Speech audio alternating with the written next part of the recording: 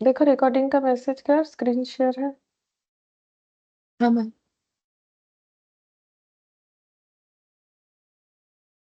Good evening Sumit.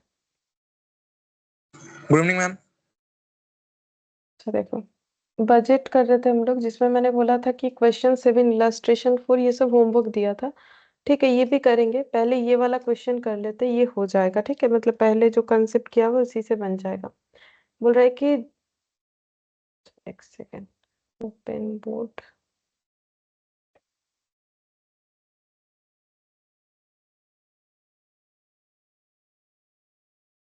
बोल रहा है जिज्ञासा limited is drawing a production plan for its two product, mini max जिसको शॉर्ट में एमएम बोल रखा है, एंड हेवी हाई इसको एच बोल रखा है। मतलब दो प्रोडक्ट है, एमएम और H for the year 22-23। The company's policy is to hold closing stock of finished goods at 25% of the anticipated volume of sales of the succeeding month. तो यहाँ पर बोला है कि कंपनी का एक पॉलिसी है, ये मेन पॉइंट है इस क्वेश्चन में। ठीक है, पॉलिसी क्या है, क्लोजिंग स्टॉक इनका क्या होता है। बोल रहा है कि closing stock of finish goods क्या होता है, 25% of the anticipated volume of sales of the succeeding month. Succeeding month मतलब जैसे अभी ये मार्च चल रहा है, इसका सक्सीडिंग क्या हो जाएगा, अप्रैल हो जाएगा। तो कोई भी मंथ का सक्सीडिंग मंथ का जो एंटिसिपेटेड सेल्स वॉल्यूम है उसका 25% जो है क्लोजिंग स्टॉक होगा।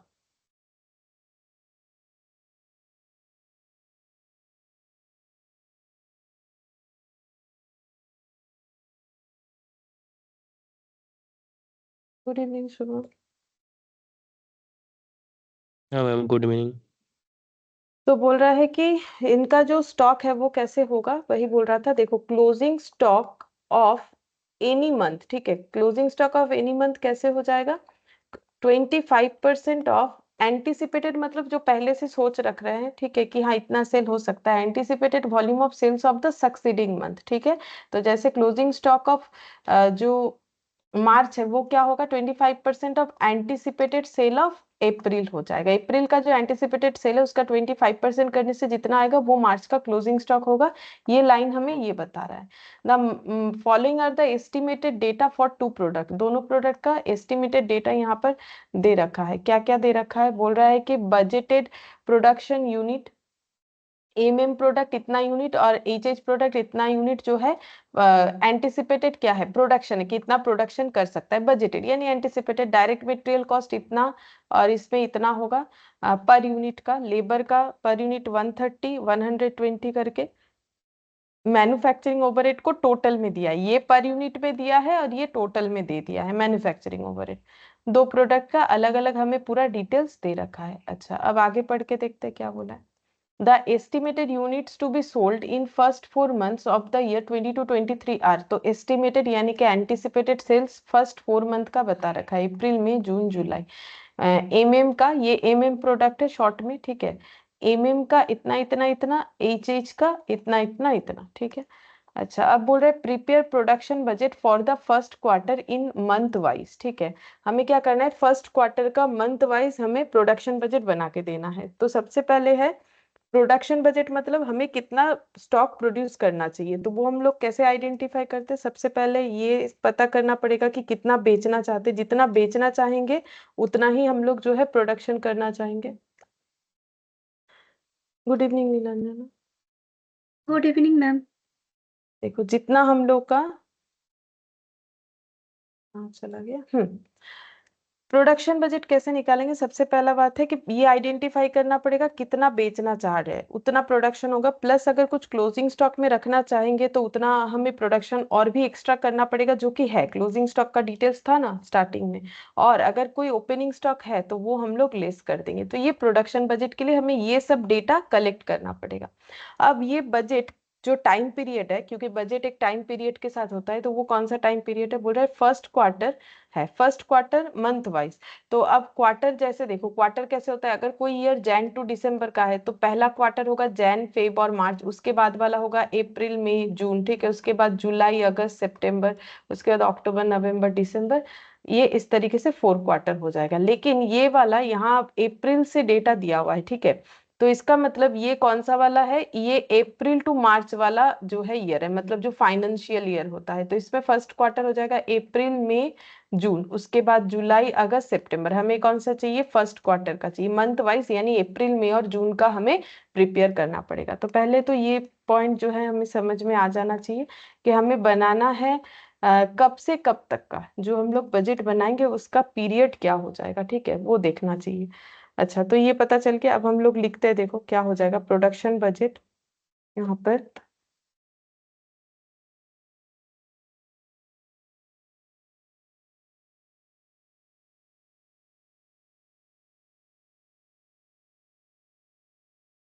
Question number 7।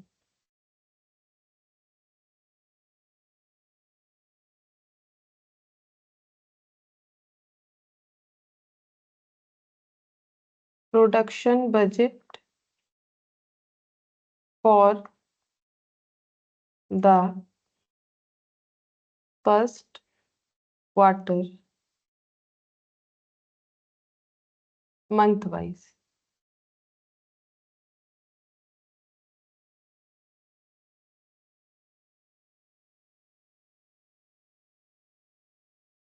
अच्छा, यहाँ पर क्या क्या लिखेंगे, पहले पर्टिकुलर्स लिख लेते हैं, पर्टिकुलर्स, और 3 मंथ्स का प्रिपेयर होगा, अप्रैल मई और जून। एक मंथ में दो दो कॉलम और होगा क्योंकि दो प्रोडक्ट है, ठीक है, एक प्रोडक्ट नहीं है ना, दो प्रोडक्ट है, एक है एमएम एक है एचएच। तो अप्रैल में एमएम और एचएच का डेटा, मई में भी एमएम और एचएच का डेटा, और इधर भी एमएम और एचएच का डेटा, ठीक है। अच्छा, क्या डेटा कलेक्ट करना है, तो प्रोडक्शन बजट है तो सबसे पहले सेल्स यूनिट, ठीक है, सेल कितना कितना होगा वो देखना है। क्या ये हम लोग को क्वेश्चन में दिया हुआ था, एक बार देखते हैं, दिया हुआ था, हाँ दिया हुआ था, ये देखो, ये एस्टिमेटेड सेल्स ही दे रखा है, estimated units to be sold in the first 4 month. तो ये दे रखा है कौन से मंथ पे कितना करके कौन सा प्रोडक्ट बिकना चाहिए, मतलब क्या एंटिसिपेटेड है। तो एमएम का अप्रैल का 8,000 और 6,000 दोनों प्रोडक्ट, ठीक है, तो हम लोग ऐसे करके लिखते हैं, अप्रैल का 8,000 और 6,000, ये हो गया, ठीक है। अच्छा, इसके बाद मई में 10 और 8,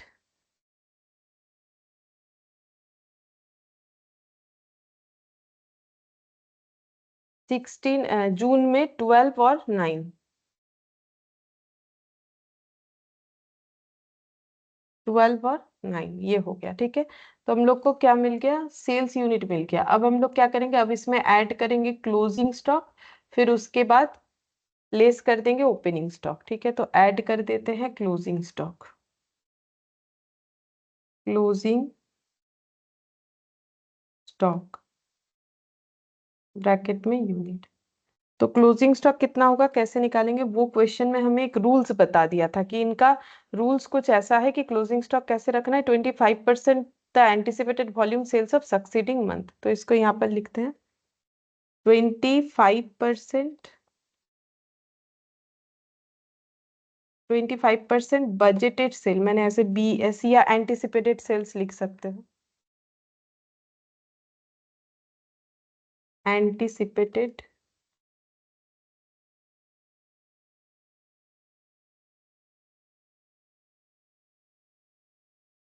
सेल्स ऑफ नेक्स्ट मंथ लिख देते हैं, ठीक है। सक्सीडिंग लिखने में काफी ज्यादा जगह चाहिए होगा, नेक्स्ट मंथ सक्सीडिंग मंथ एक ही बात है, ठीक है। तो ये देखो, ये अप्रैल का सक्सीडिंग मंथ कौन सा है, मई है, ठीक है। तो अप्रैल का क्लोजिंग स्टॉक कितना होगा, अप्रैल का क्लोजिंग स्टॉक हो जाएगा 25% ऑफ मई के सेल का। तो देखो, एमएम के साथ एमएम का रिलेशन बनाएंगे, ई चीज के साथ ई चीज का, ठीक है। तो अगर एमएम प्रोडक्ट जो है मई में 10,000 सेल होगा ऐसा एंटिसिपेटेड है, तो फिर इसका 25% एमएम का क्लोजिंग स्टॉक होगा, यानी 2,500, जो यहाँ पर लिखा वैसे ही कर रहे हैं। 8,000 का 25%, अब 25% मतलब 1/4 होता है, 8,000 का 1/4 हो जाएगा 2,000, ठीक है। अच्छा, सेम तरीके से मई का जो है सक्सीडिंग मंथ कौन सा है, जून, तो इसका 25% और इसका 25% यहाँ पर क्लोजिंग स्टॉक होगा, सिंपल लिख लेते हैं। ये देखो 12,000 का 25% मतलब 1/4 3,000, और ये हो जाएगा 9,000 का 25%,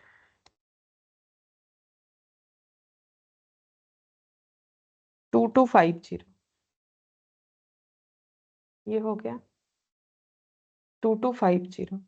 अच्छा, और ये जून का कैसे लिखेंगे, उसके लिए हमें जुलाई का डेटा चाहिए, इसीलिए क्वेश्चन में ना जुलाई का डेटा हमें दे रखा है, जुलाई का सेल। तो जुलाई के सेल का 25%, तो 16,000 का 25% मतलब 1/4 यानी 4,000,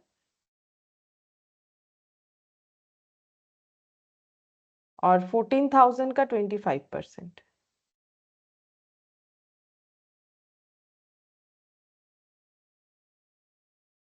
3,500।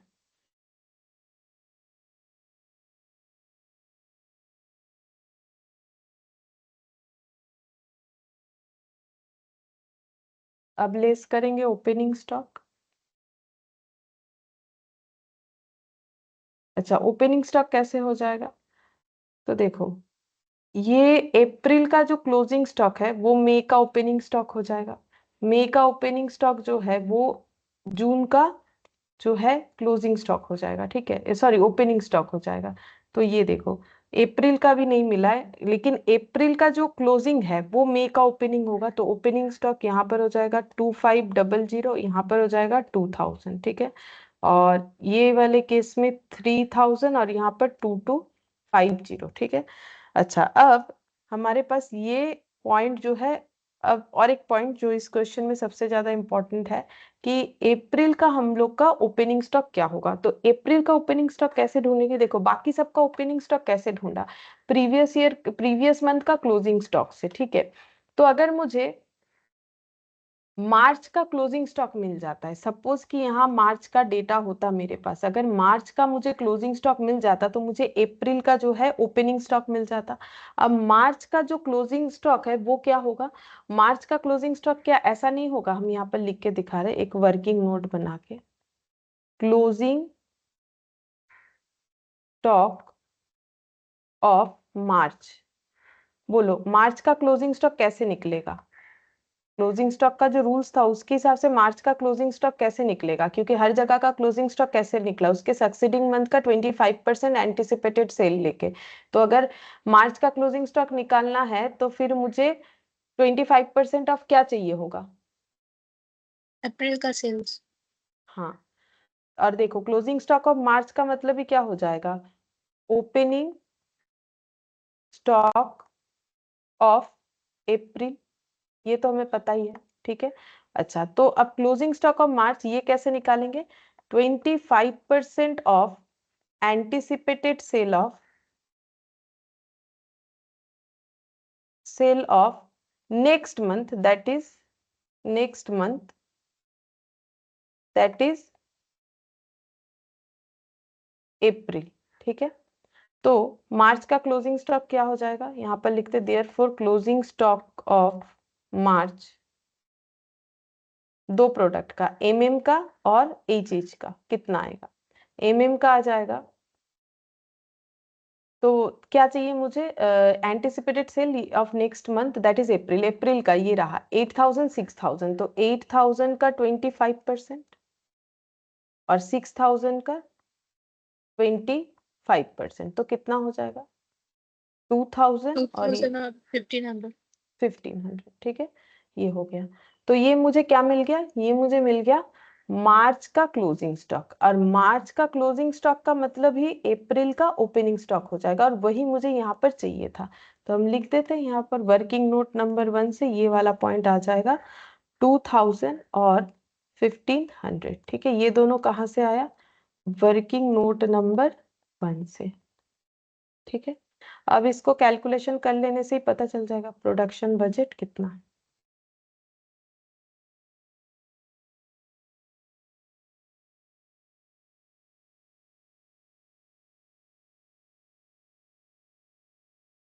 एट थाउजेंड और ये 2,500 और 2,000 इसमें एडजस्ट करने से 500 मतलब 8,500 हो जाएगा ये वाला। अच्छा, 2000 और 1500 का डिफरेंस 500 यानी 6500। यहाँ पर 3000 और 2500 का डिफरेंस 500 पॉजिटिव, तो 10500। ठीक है। अच्छा, 2000 और 2250 ये दोनों का डिफरेंस 250, तो 8250। 3000 और 4000 ये हो गया 1000, तो मतलब 13000।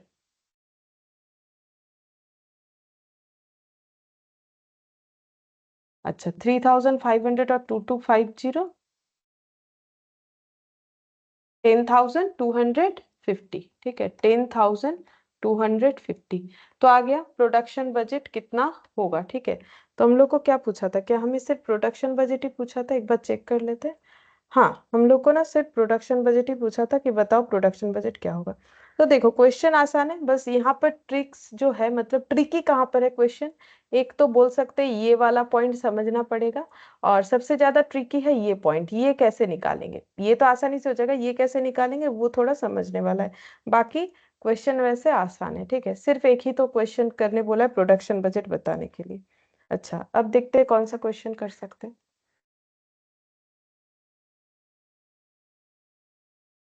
ये है,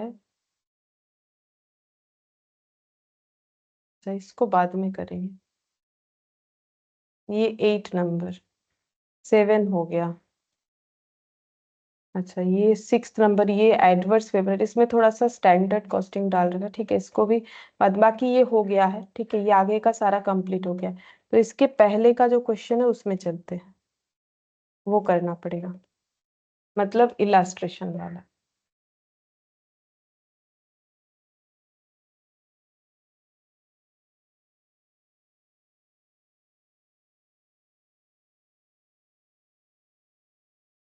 ये रेशियो का है, ये भी बाद में करना पड़ेगा। ये इलास्ट्रेशन 6 कर सकते हैं। ठीक है, तो ये इलास्ट्रेशन 6 में क्या बोला है, बोला है कि float glass manufacturing company requires you to prepare the master budget. हमें मास्टर बजट बनाने के लिए बोला है for the next year from the following information. तो मास्टर बजट बनाने के लिए बोला है, तो पहले हम थोड़ा सा मास्टर बजट क्या होता है वो हम बता देते हैं। ठीक है, मतलब हम लोग, मैंने क्या बोला था ना कि इसमें से जो है थ्योरी वगैरह भी आता है, इसीलिए हम बोल रहे हैं कि एक बार बता देते हैं कि मास्टर बजट क्या होता है। ठीक है, तो पहले इसका थोड़ा डेफिनेशन लिख लेते हैं मास्टर बजट का। ठीक है, तुम लोग हेडिंग करो।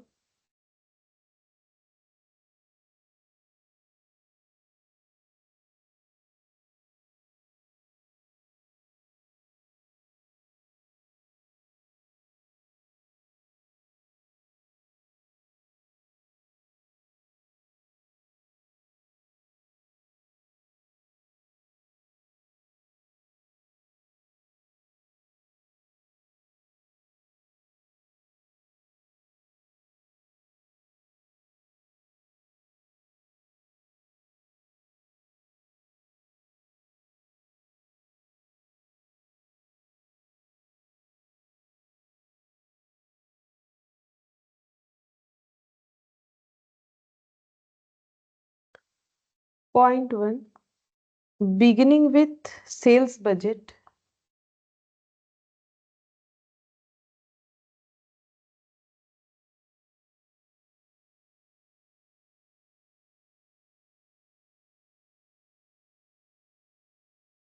Comma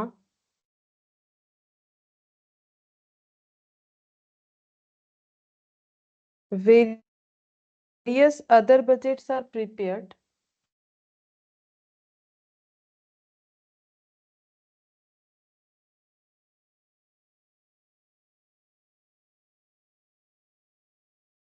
like production budget, purchase budget, etc.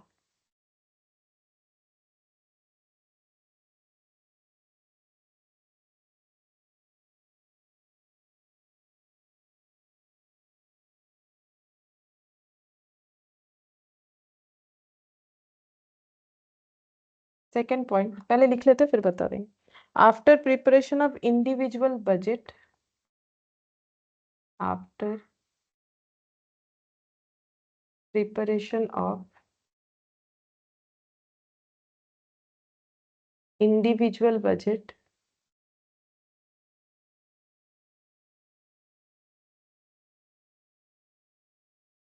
It is advised to prepare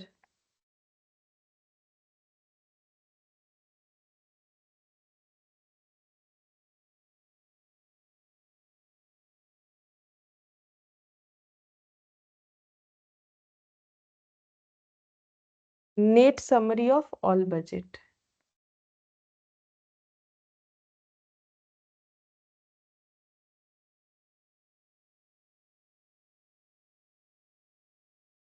Point number 3. The net summary of all the budget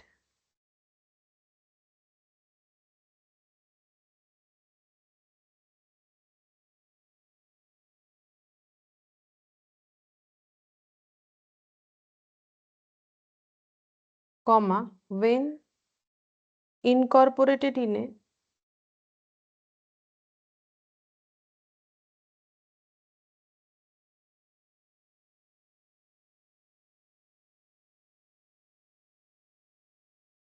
separate budget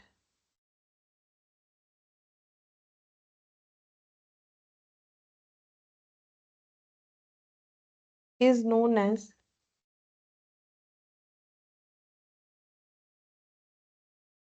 master budget. Is known as master budget. Fourth point, master budget represent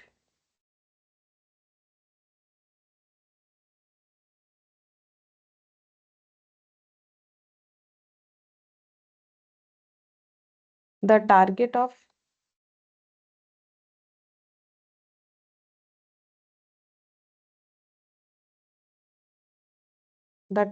business organization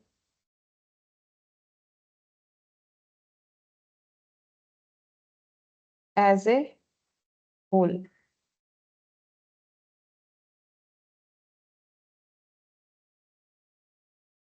देखो क्या बोला है, master budget का मतलब एक complete budget जहां पर हर तरीके का बजट होगा। बोल रहे बिगिनिंग विथ, जैसे देखो सबसे पहले ना हमें सेल्स, देखो सबसे पहले बजट जब बनता है ना स्टेप वाइज, सबसे पहले सेल्स बजट बनाना चाहिए, ठीक है। फिर सेल्स, क्योंकि जब तक हम लोग ये टारगेट डिसाइड नहीं करेंगे, ऑर्गेनाइजेशन सबसे पहले ये सोचती है कि इस साल उसको कितना सेल करना है। जैसे ये दिमाग में आया तो फिर वो प्रोडक्शन बजट का सोच सकती है कि कितना प्रोड्यूस करना है।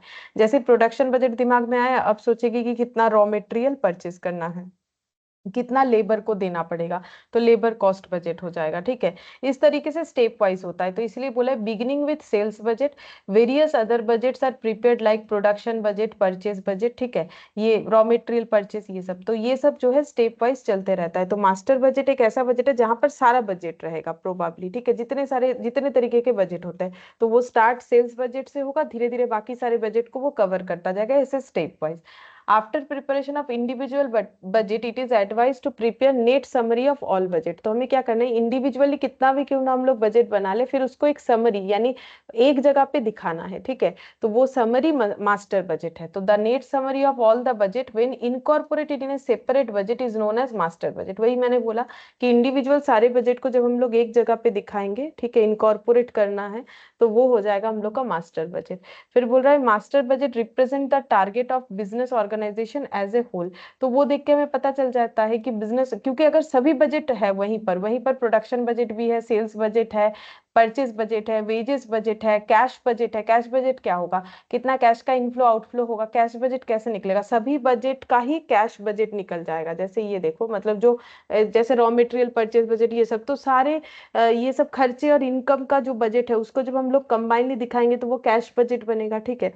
तो वही बोल रहा है कि master budget represent the target of business, business का टारगेट क्या है वो पूरा चीज अगर हमें पता करना है तो मास्टर बजट हमें हेल्प करता है, इसलिए मास्टर बजट बना लेना चाहिए। मास्टर बजट कैसे बनेगा, जितने भी छोटे छोटे बजट है वो सभी को जब एक जगह पे इनकॉर्पोरेट करेंगे तो वो बन जाएगा हम लोग का मास्टर बजट, ठीक है।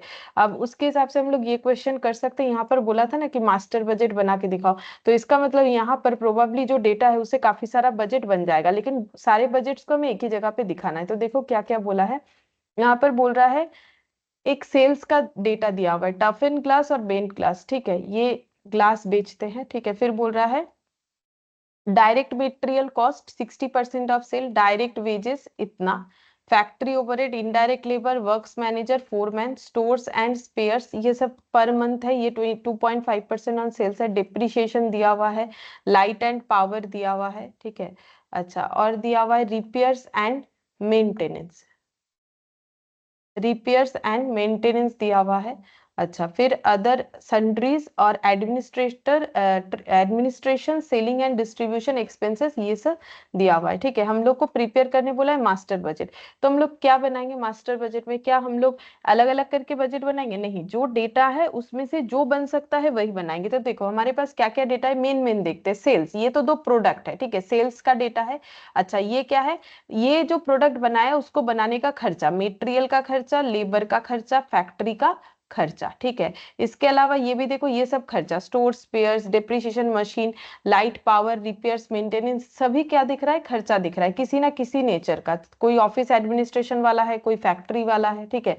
Other sundries, administration, selling. तो सीधा बात है, हमारे पास सेल्स का डेटा, एक्सपेंसेस का डेटा है। तो सेल्स और एक्सपेंसेस डेटा को रिप्रेजेंट करेंगे तो हमें प्रॉफिट मिल जाएगा कि बिजनेस में प्रॉफिट कितना हुआ है, ठीक है। तो हम लोग क्या करेंगे, बेसिकली इसको इस तरीके से रिप्रेजेंट कर सकते हैं कि हाँ, इतना सेल्स हुआ था, इतना हमारा कॉस्ट ऑफ प्रोडक्शन को भी अलग अलग दिखा सकते हैं, ठीक है।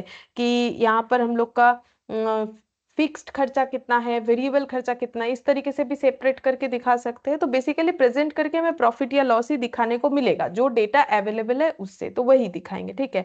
वो तो डेटा पे डिपेंड करता है कि डेटा क्या है, तभी हम लोग उस हिसाब से मास्टर बजट बना सकते हैं। तो यहाँ पर illustration 6, master budget for the year ending, master budget for the year ending.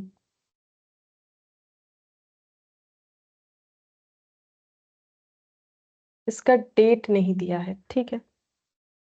Particulars,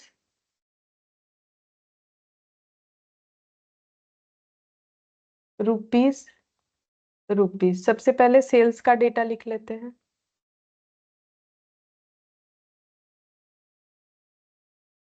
sales 2 तरीके का चीज ये लोग बेचता है।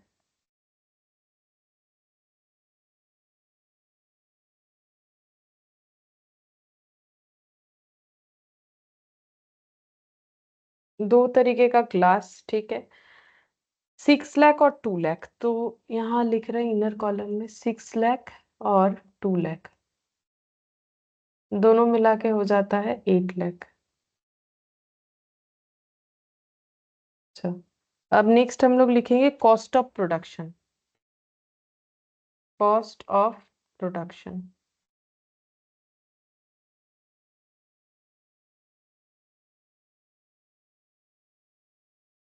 अच्छा, क्या क्या कॉस्ट इनकर्ड है देखते हैं। Direct material cost 60% of sale, तो लिख लेते हैं direct material cost.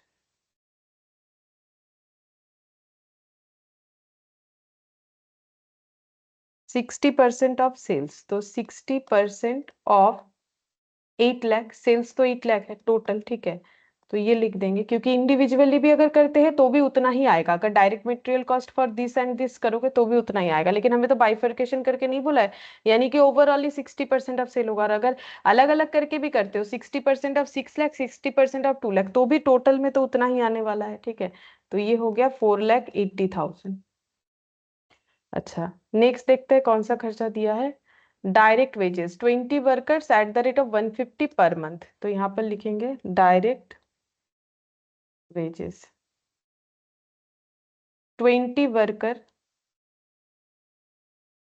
At the rate of 150 per month. और ये जो बजट है ये पूरे 1 साल का बन रहा है। कैसे पता चला? ये देखो ऊपर लिखा हुआ था, prepare the master budget for the next year, ठीक है, नेक्स्ट ईयर का बनाना था। तो फिर ये जो वर्कर को पेमेंट करे, ये कितने टाइम पीरियड का होना चाहिए? 12 मंथ्स का, ठीक है। तो इसमें कितना आ जाएगा? तो देखो, एक महीने का 150, 12 मंथ्स का, एक महीने का अगर 150 है तो 12 मंथ्स का जितना होगा वो 1 ईयर का होगा 1800। बट वो तो एक वर्कर का हुआ, काम कितना वर्कर करता है? 20, तो ये भी मल्टीप्लाई हो जाएगा। तो टोटल करके कितना आ जाएगा? 36,000, ठीक है। अब ये दोनों का भी हम लोग अलग से टोटल करके लिख सकते हैं, 36,000 और 4,80,000, तो ये आ रहा है 5,16,000। ठीक है, इसको हम लोग लिख सकते हैं प्राइम कॉस्ट बोल के लिख सकते हैं। ठीक है, वेरिएबल कॉस्ट के टोटल को प्राइम कॉस्ट बोला जाता है। 5,16,000 हो गया। अच्छा, अब नेक्स्ट देखते हैं कौन सा खर्चा है। अच्छा, अब आ रहा है factory overhead, indirect labour, work manager का खर्चा और फोरमैन का खर्चा, डिप्रिशिएशन, ये सब। अच्छा, अच्छा, अब ये फैक्ट्री ओवरहेड को हम लोग चाहे तो दो तरीके से डिवाइड कर सकते हैं, एक हो जाएगा फिक्स्ड और एक हो जाएगा वेरिएबल। इस तरीके से डिवाइड कर सकते हैं। ठीक है, तो यहाँ पर लिखते हैं, देखो, fixed factory overhead, fixed factory overhead. अच्छा, फिक्स्ड में क्या क्या आ जाएगा वो देखते हैं। फिक्स्ड में आ जाएगा सबसे पहले, ये देखो,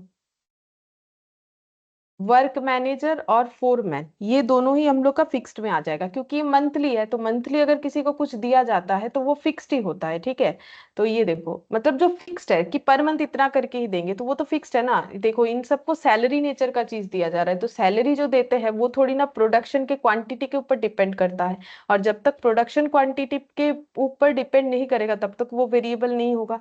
तो वर्क्स मैनेजर और फोरमैन, ये दोनों ही फिक्स्ड में जाएगा। वर्क्स मैनेजर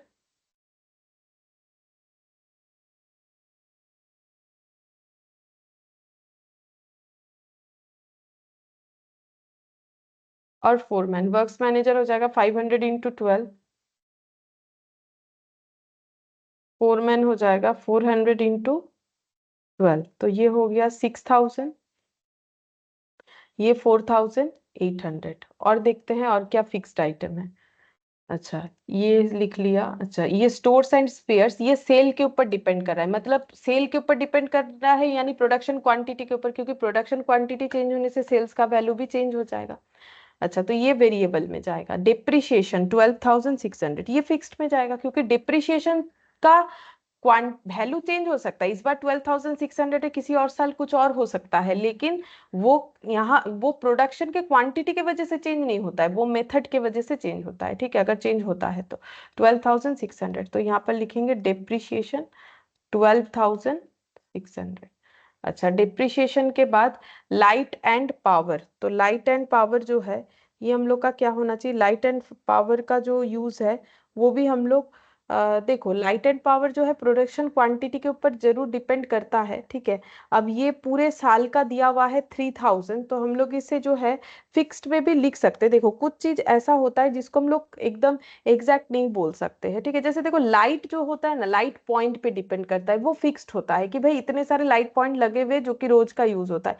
लेकिन पावर का जो खर्चा है वो प्रोडक्शन के ऊपर डिपेंड करता है। अब ये दोनों चीज को ना एक साथ दे दिया है, अब चाहो तो फिक्स्ड में लिखो, चाहो तो वेरिएबल में लिखो, वो कोई इश्यूज नहीं है। ठीक है, कुछ चीजों को हम लोग जो है कहीं पर भी दे उससे कुछ होता है, लेकिन स्पेसिफिक चीज है जो कि फिक्स्ड ही होता है या फिर वेरिएबल ही होता है।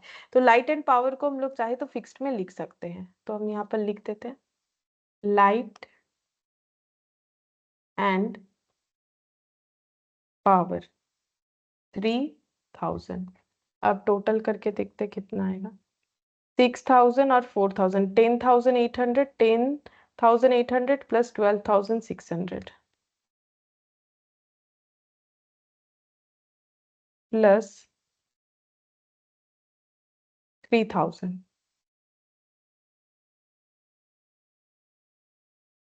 26,400। फिर variable factory overhead, variable factory overhead. ठीक है, वेरिएबल मतलब जो प्रोडक्शन के क्वांटिटी के ऊपर डिपेंड करेगा, जैसे stores and spheres 2.5% on sale बोला है, stores and spheres 2.5% on sale, यानी कि 8 लाख, तो 2.5% into 8 lakh,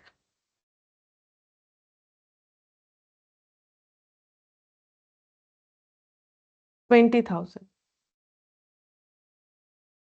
stores and spheres के बाद देखते हैं और क्या है। रिपेयर्स एंड मेंटेनेंस 8,000,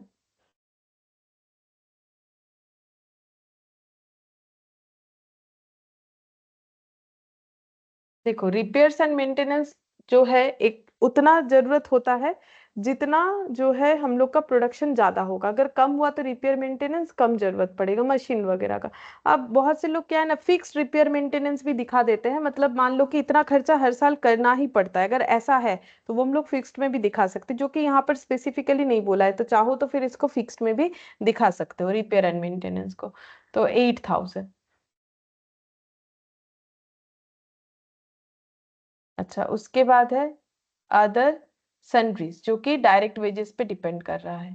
तो यहाँ पर हो जाएगा अदर सन्ड्रीज। ये वेरिएबल इसीलिए हुआ क्योंकि ये अदर सन्ड्रीज जो है ये डिपेंड कर रहा है डायरेक्ट वेजेस पे, 10% ऑफ डायरेक्ट वेजेस। तो डायरेक्ट वेजेस तो वेरिएबल है, तो इसका मतलब ये भी वेरिएबल हो जाएगा।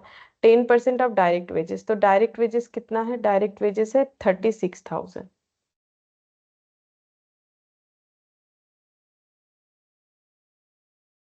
तो 3,600।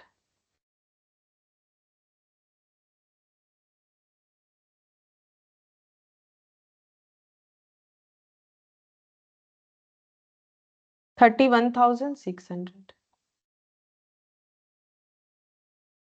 टोटल करेंगे, टोटल प्रोडक्शन कॉस्ट।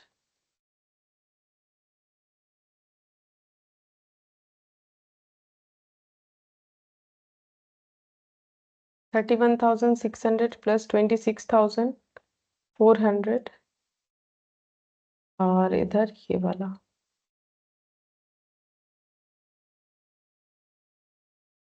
5,16,000। 5,74,000. अच्छा, 5,74,000।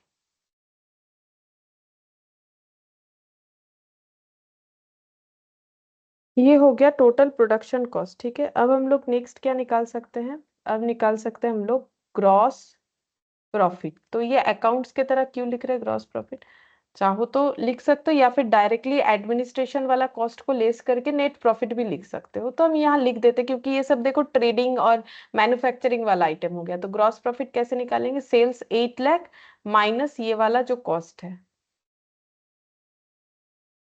क्योंकि ये प्रोडक्शन कॉस्ट है। तो प्रोडक्ट को बनाने का टोटल खर्चा इतना, उसको हम लोग 8 लाख में बेच रहे हैं, तो इसका मतलब हम लोग का जो ग्रॉस प्रॉफिट है, मतलब प्रोडक्ट बेच के जो प्रॉफिट है, जिसको ट्रेडिंग में तुम लोग बाई सेल्स बोल के लिखते हो, बाई सेल्स ये 8 लाख है, 2 GP बोल के जो लिखते हो वो है 2,26,000। ठीक है, अब जैसे PL में अदर एक्सपेंसेस जो रहता है, सेलिंग, डिस्ट्रीब्यूशन, ऑफिस एडमिनिस्ट्रेशन, वो लेस करके नेट प्रॉफिट करते हो, यहाँ पर हम वैसे ही कर रहे हैं।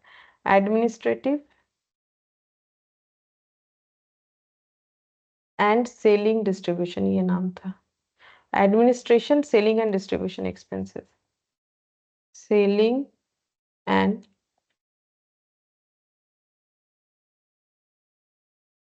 Distribution expenses 36,000।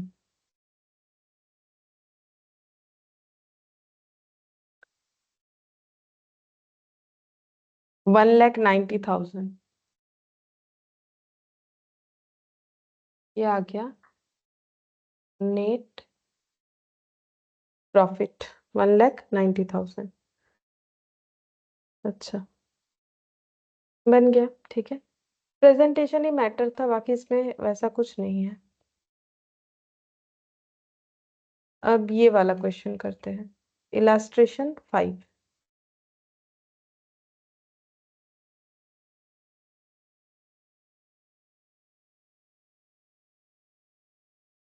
अच्छा, इसमें क्या बोला है? इसमें बोल रहा है एक company is engaged in the manufacture of specialized sub assemblies required for certain electronic equipment. तो एक कंपनी है जो क्या मैन्युफैक्चर करती है? स्पेशलाइज्ड सब असेंबलीज, जो किसमें जरूरत होता है? इलेक्ट्रॉनिक इक्विपमेंट में वो असेंबलीज लगता है।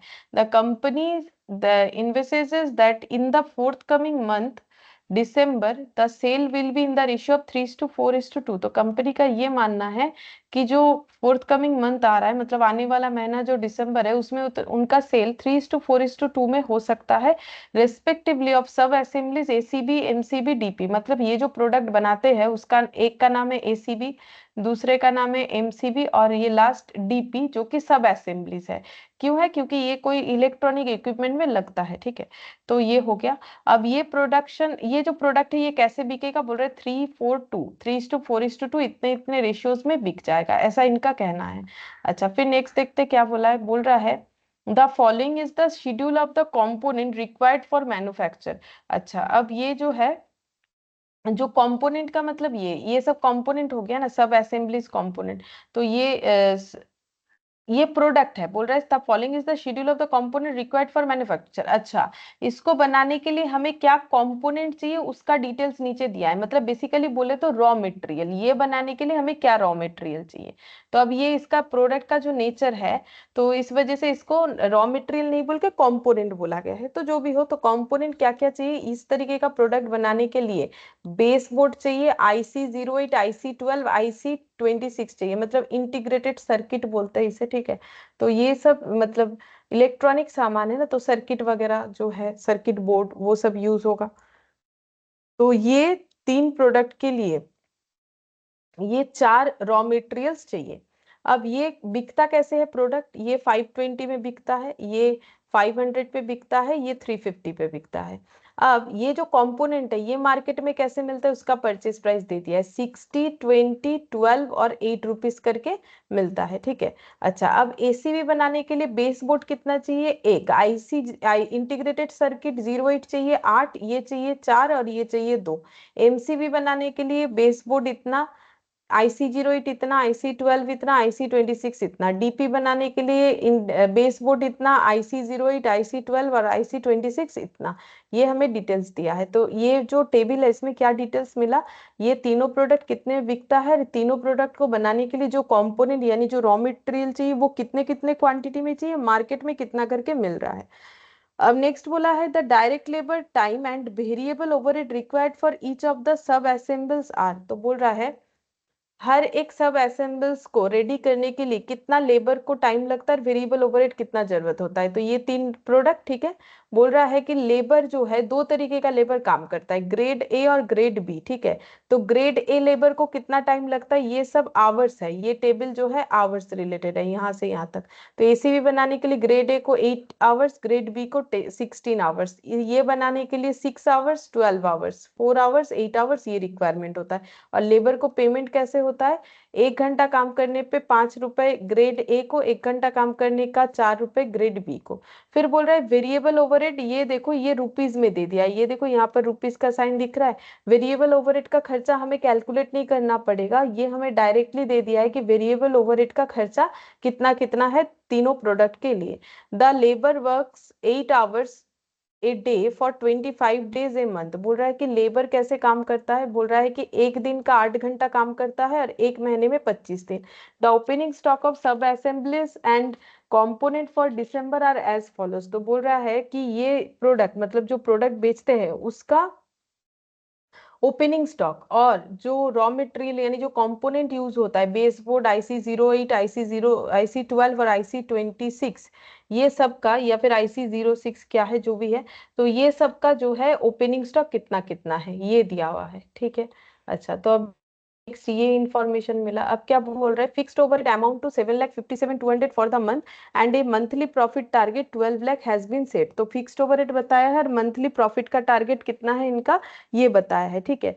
अच्छा, अब हमें कैलकुलेट करने क्या बोला है, कैलकुलेट करने यहाँ पर। अच्छा, फिर और भी कुछ इंफॉर्मेशन है। The company is eager for reduction of closing inventories for the month of December of sub assemblies and component by 10% of quantities as compare to the opening stock, ठीक है।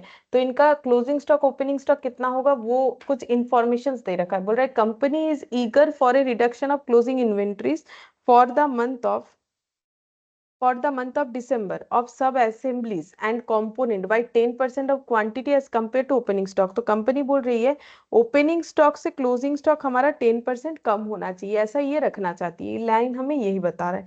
Prepare the following budget for the month of the December. तो हमें ये कुछ budget बना के देने बोला है।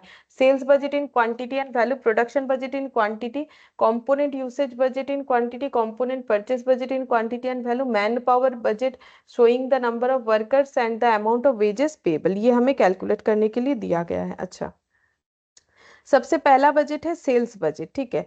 तो सेल्स बजट हमें कैलकुलेट करने के लिए बोला है, तो अगर हमें सेल्स बजट कैलकुलेट करना है तो हमें क्या क्या डेटा चाहिए होगा, ये देखो। सेल्स बजट के लिए हमें चाहिए कितना सेल करेंगे, जितना प्रोडक्शन करेंगे कर सकते हैं, या फिर कुछ क्लोजिंग स्टॉक में है तो वो भी सेल कर सकते हैं, माइनस कर देंगे हम लोग ओपनिंग स्टॉक, ठीक है।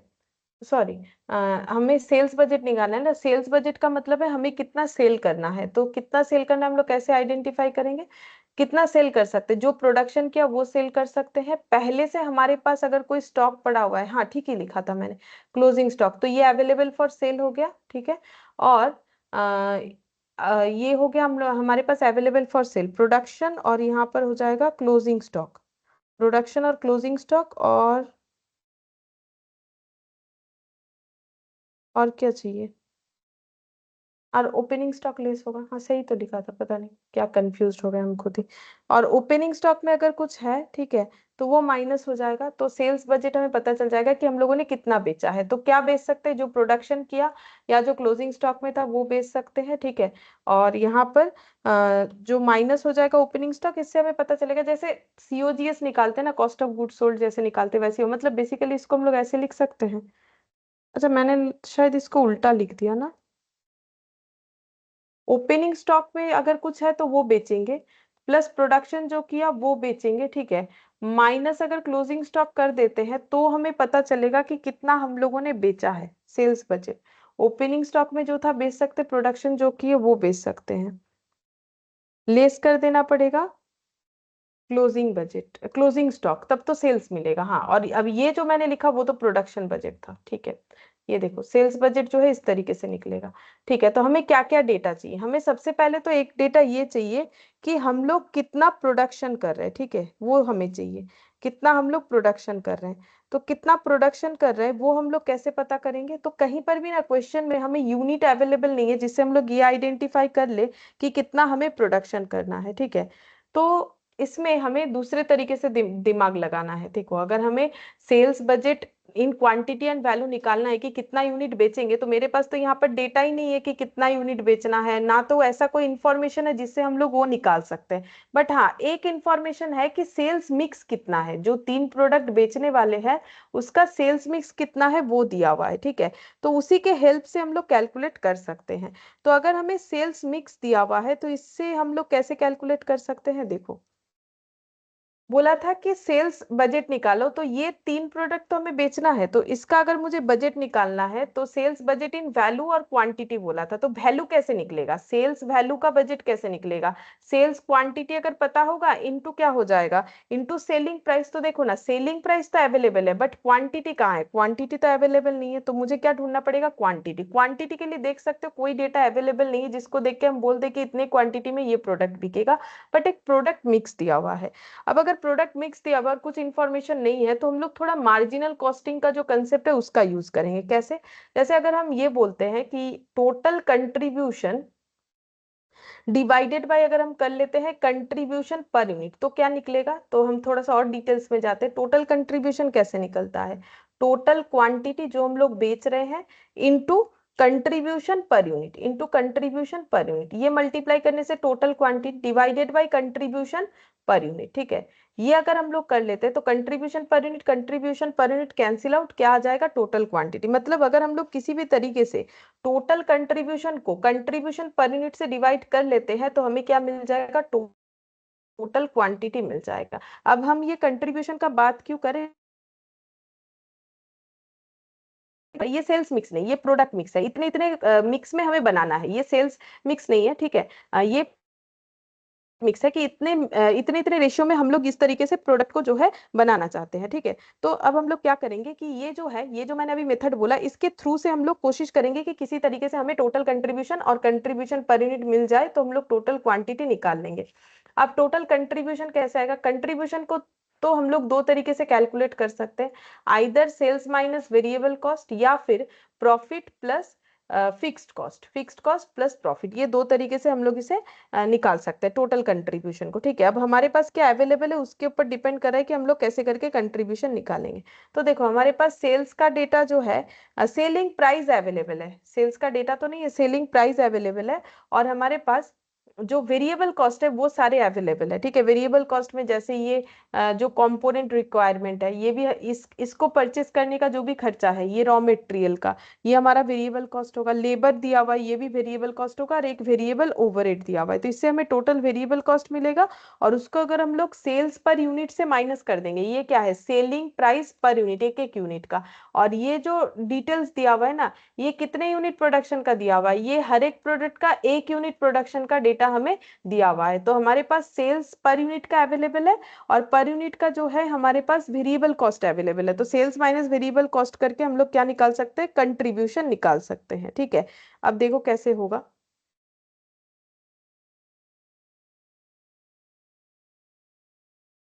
कैलकुलेशन ऑफ कंट्रीब्यूशन, इसका ये वर्किंग नोट बनना चाहिए सबसे पहले, तो हम वर्किंग नोट पहले ही बना देते हैं। ठीक है, तुम लोग चाहो तो पेज थोड़ा सा गैप रख के पीछे भी बना सकते हो।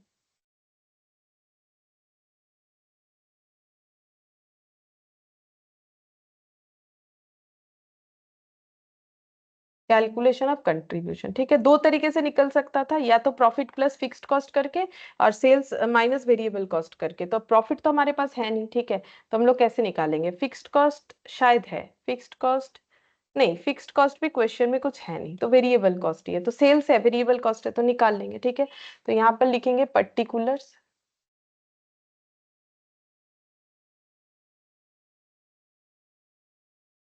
ACB,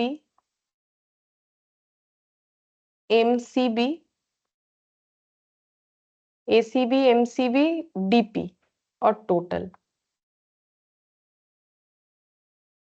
ठीक है, तो यहाँ पर लिखते हैं sales price per unit, selling price per unit rupees में 520, 500, 350।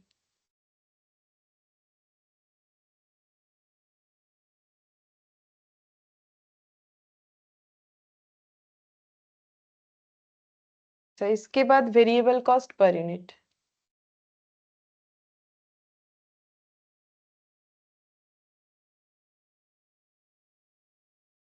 अच्छा ये सब एक एक यूनिट इतने में बिकेगा, और इसको बनाने का वेरिएबल कॉस्ट देखते हैं। बेस बोर्ड IC02, IC12 और IC26। अच्छा, पहला है बेस बोर्ड, फिर है IC08, IC12 और IC26। अब ये सब का हम लोग क्या लिखेंगे, पर कॉस्ट, पर यूनिट का कॉस्ट लिखेंगे। अब कैसे लिखेंगे देखो, ACB बनाने के लिए बेस बोर्ड एक चाहिए, MCB के लिए भी एक ही बेस बोर्ड चाहिए, DP के लिए भी एक बेस बोर्ड चाहिए, और परचेस प्राइस क्या है, ये 60 दिया हुआ है, ये भी पर यूनिट का है, मतलब एक यूनिट बेस बोर्ड का कॉस्ट 60 है। तो अगर सभी में एक एक बेस बोर्ड चाहिए, तो बेस बोर्ड का खर्चा हर एक प्रोडक्ट के लिए कितना हो जाएगा, 60 60 60 करके हो जाएगा। ठीक है, तो यहाँ पर लिखते हैं 60 60 और ये हो गया 60। ठीक है, इतना हो जाएगा। अच्छा, अब ये परचेस प्राइस है एट द रेट ऑफ 20 करके। अब IC08 कितना चाहिए, IC08 चाहिए 8। ठीक है, ये सर्किट है, तो ये 8 सर्किट चाहिए ACB में, MCB में 2 और DP में 2। तो एक का परचेस प्राइस है 20, तो 8 का कितना होगा, 8 इंटू 20, 2 का कितना होगा, 2 इंटू 20, और ये 2 का कितना होगा, 2 इंटू 20, तो 8 इंटू 20 मतलब 160 और 40 40। ठीक है, 160 और 40 40, 160 और 40 40। ठीक है, अब IC12 का देखते हैं, तो ये 4 10 और 4 इतने नंबर ऑफ IC12 चाहिए, और एक एक IC12 at the rate of 12 करके मिलेगा, तो इसके साथ मल्टीप्लीकेशन, इसके साथ और इसके साथ, 4 इंटू 12 48 और 12 इंटू 10 120,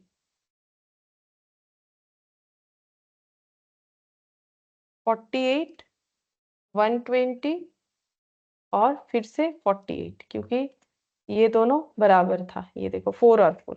अच्छा 2 6 और 8 पीसेस IC 26 चाहिए, और जो कि 8 रुपए करके मिलता है। तो 8 इंटू 2 16, 8 इंटू 6 48, 8 इंटू 8 64।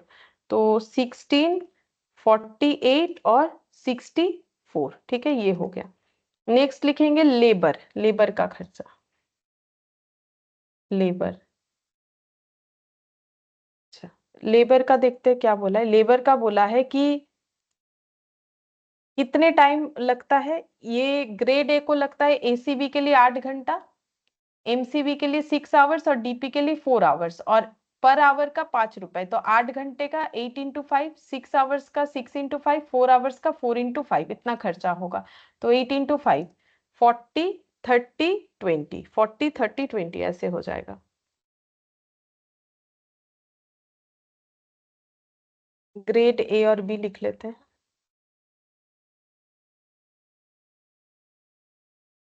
फोर्टी 30 20, और ग्रेड बी, ग्रेड बी का ये रहा 16 इंटू 4, 64 48 और 32, 64 48 और 32, ये ग्रेड बी का हो गया। और वेरिएबल ओवरहेड यहाँ पर दे ही दिया है 36 24 24, ये रुपीज में ही दे दिया है, तो हम लोग डायरेक्टली लिख सकते हैं। तो ये हो गया वेरिएबल ओवरहेड 36 24 और 24, ठीक है। अब यहाँ पर लिखेंगे टोटल, और कोई वेरिएबल कॉस्ट नहीं है, चाहो तो देख सकते हो, क्योंकि क्वेश्चन में इसके बाद जो है कंपोनेंट ओपनिंग स्टॉक दिया हुआ है, और नीचे यहाँ इंफॉर्मेशन दिया हुआ है कैसे करके ओपनिंग क्लोजिंग स्टॉक पे क्या कम बेसी रखना है, ठीक है। और कुछ डिटेल्स है नहीं। अच्छा अब इसका टोटल करते हैं, टोटल वेरिएबल कॉस्ट। तो टोटल वेरिएबल कॉस्ट देखते हैं कितना हो रहा है। 60 160 48 60 160 48 16 40 64 36 424।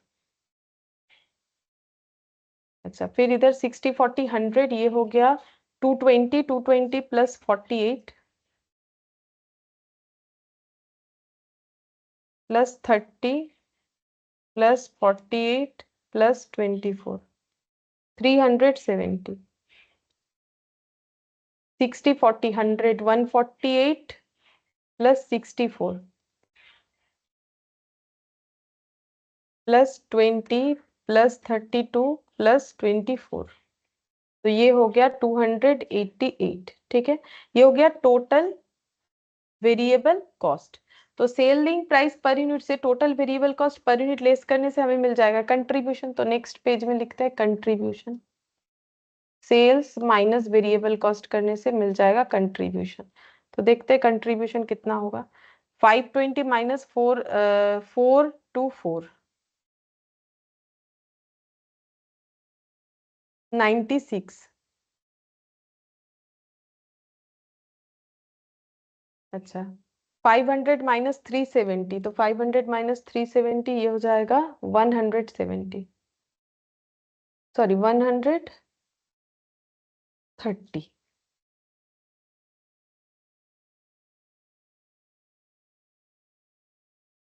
और 350 माइनस 288 62 62, ठीक है 62,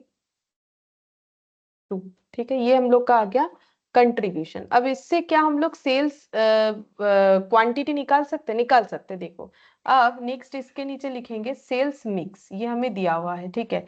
सेल्स मिक्स यानी प्रोडक्ट मिक्स, एक ही बात है कि हम लोग जो प्रोडक्शन करना चाहते हैं वो किस रेशियो में करना चाहते हैं या फिर कैसे सेल करना चाहते हैं। तो 3:4:2 में करना चाहते हैं, तो 3 4 2, ये हो गया सेल्स मिक्स। ठीक है, अब हम लोग क्या निकालेंगे, मैंने क्या बोला, हमें चाहिए total contribution divided by contribution per unit. तो हम लोग यहाँ पर यूनिट एक एक प्रोडक्ट का तो नहीं निकाल सकते, हम लोग कॉम्पोजिट कंट्रीब्यूशन निकालेंगे। अगर तुम लोग को मार्जिनल कॉस्टिंग का याद है कि जब एक कंपनी एक से ज्यादा प्रोडक्ट बनाती है तब उसका सिंगल प्रोडक्ट का कंट्रीब्यूशन नहीं निकाल के हम लोग कॉम्पोजिट कंट्रीब्यूशन निकालते हैं। ठीक है, तो ये देखो कॉम्पोजिट कंट्रीब्यूशन, वो कैसे निकालेंगे, देखो ये है एक यूनिट का कंट्रीब्यूशन, तीनों जो है प्रोडक्ट का एक यूनिट का कंट्रीब्यूशन। ठीक है, तो एक यूनिट का अगर 96 है, अगर हम लोग 3 यूनिट सेल करते हैं, क्योंकि ये प्रोडक्ट 3 यूनिट, ये 4 और ये 2 है, इसी रेशियो में है, तो अगर एक यूनिट का 96 है तो 3 यूनिट का कितना होगा, 96 इंटू 3 प्लस दूसरा वाला, क्योंकि टोटल कर रहे हैं, एक यूनिट का 4 है तो 130, एक यूनिट का 130 है कंट्रीब्यूशन, तो 4 यूनिट का कितना होगा, एक यूनिट का 62 है तो 2 यूनिट का कितना होगा। सेम इसी तरीके से हम लोगों ने कॉम्पोजिट कंट्रीब्यूशन निकाला था, डिवाइडेड बाई हो जाएगा 3 प्लस 4 प्लस 2, एवरेज हो रहा है ना, तो फिर ये डिवाइडेड बाई 3 प्लस 4 प्लस 2, ये क्वांटिटी से होना चाहिए, जैसे स्टैटिस्टिक्स में वेटेड एवरेज कभी किए हो तो उसी तरीके से ना, तो ये वेटेज हो गया। ठीक है, तो डिवाइडेड बाई ये वैल्यूज, जैसे फ्रीक्वेंसी से डिवाइड करते हैं उसी तरीके से, तो यहाँ पर कितना हो जाएगा, 96 इंटू 3 288 प्लस ये 520 हो जाएगा, और ये हो जाएगा 124। ठीक है, ये हो गया 9, अच्छा 288 प्लस 520 प्लस 124, 932 डिवाइडेड बाई 9, तो 932 डिवाइडेड बाई 9 ये पॉइंट में आएगा मुझे लग रहा है, हाँ 103.555, तो हम लोग ऐसे लिख सकते हैं 103.55, इसके ऊपर ऐसे बार लगा देते हैं, इसका मतलब ये वैल्यू जो है ये कंटिन्यूअस है, चलता जाएगा। ठीक है, तो ₹103.555 कॉम्पोजिट कंट्रीब्यूशन निकल गया एक यूनिट का, मतलब तीनों प्रोडक्ट का अगर कंट्रीब्यूशन पूछा जाए तो एक यूनिट पे इतना हो रहा है। ठीक है, अब हम लोग को निकालना है क्वांटिटी टू बी सोल्ड, हम लोग कितना क्वांटिटी बेचेंगे। ठीक है, क्वांटिटी टू बी सोल्ड, तो मैंने बोला कैसे निकालेंगे, टोटल कंट्रीब्यूशन अगर मिल जाए डिवाइडेड बाय, अगर हम लोग कर लेते हैं कंट्रीब्यूशन पर यूनिट। ठीक है, अच्छा तो टोटल कंट्रीब्यूशन और कंट्रीब्यूशन पर यूनिट, तो यहाँ पर क्या आएगा, composite, composite contribution per unit, composite contribution per unit, composite contribution कितना है 103.55 करके,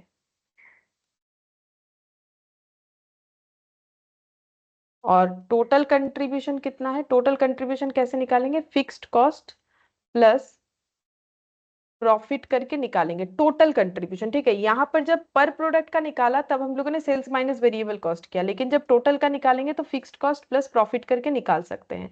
वो कैसे पॉसिबल है, देखो फिक्स्ड कॉस्ट यहाँ पर बता रखा था, फिक्स्ड ओवरहेड 7,52,200। ठीक है, तो इसका यूज करेंगे 7,52,200, और प्रॉफिट कुछ बोल रखा था यहाँ पर, एक्सपेक्टेड प्रॉफिट है 12 लाख, टारगेट है 12 लाख। ठीक है, तो यहाँ पर लिखेंगे 12 लाख डिवाइडेड बाय 103.55 हो जाएगा, 55 के ऊपर बार, तो 12 लाख प्लस 7 लाख मतलब कितना हो जाएगा, 19,52,200 डिवाइडेड बाय 19,52 नहीं, शायद 57 है, 7,57 है, हाँ 103.55 बार। ठीक है, देखते हैं कितना आता है,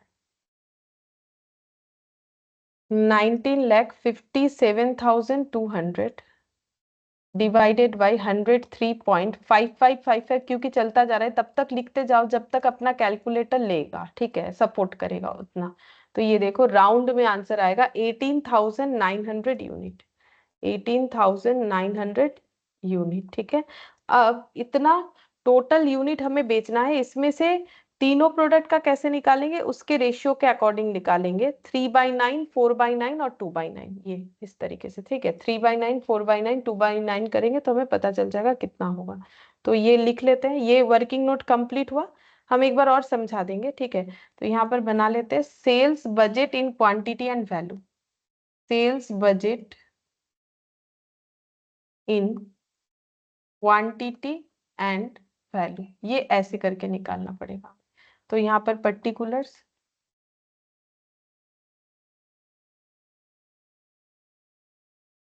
ACB, MCB,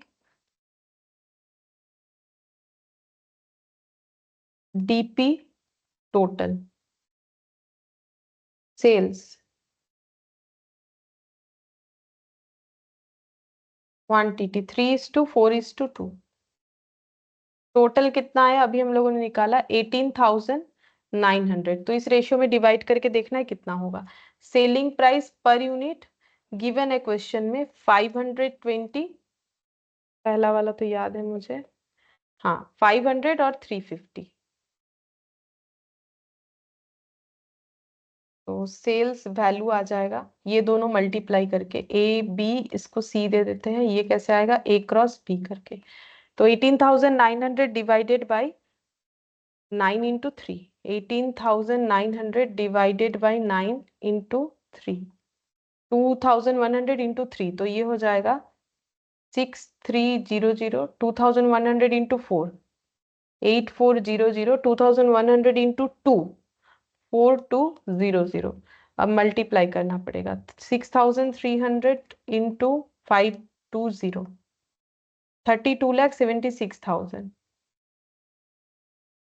अच्छा 500 मतलब 0000, और ये 84 इंटू 5, 53, 5,30,000। सही हुआ ये, 500 इंटू 8400,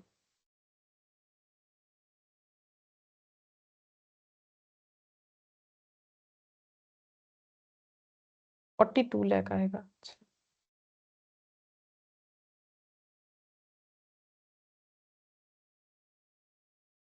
और 42 इंटू 35, 147।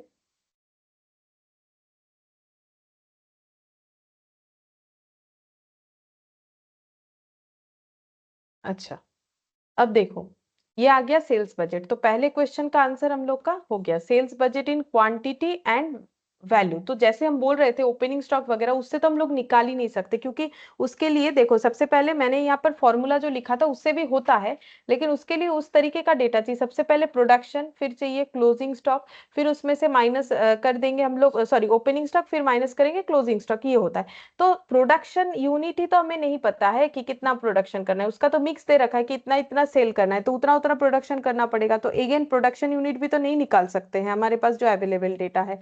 तो अगर क्वेश्चन में, अब ये कैसे समझेंगे कि हमें कंट्रीब्यूशन का हेल्प लेना चाहिए, जब क्वेश्चन में हमारे पास ऐसा सेल्स मिक्स दिया हुआ हो या प्रोडक्ट मिक्स दिया हुआ हो, किस रेशियो में प्रोडक्ट बिक रहा है या किस रेशियो में प्रोडक्ट बन रहा है, तो फिर उसमें क्या हो जाएगा, हम लोग इस तरीके से टोटल कंट्रीब्यूशन के हेल्प से निकाल सकते हैं। तो मैंने क्या दिखाया, देखो कैसे करके इसको सॉल्व करना है।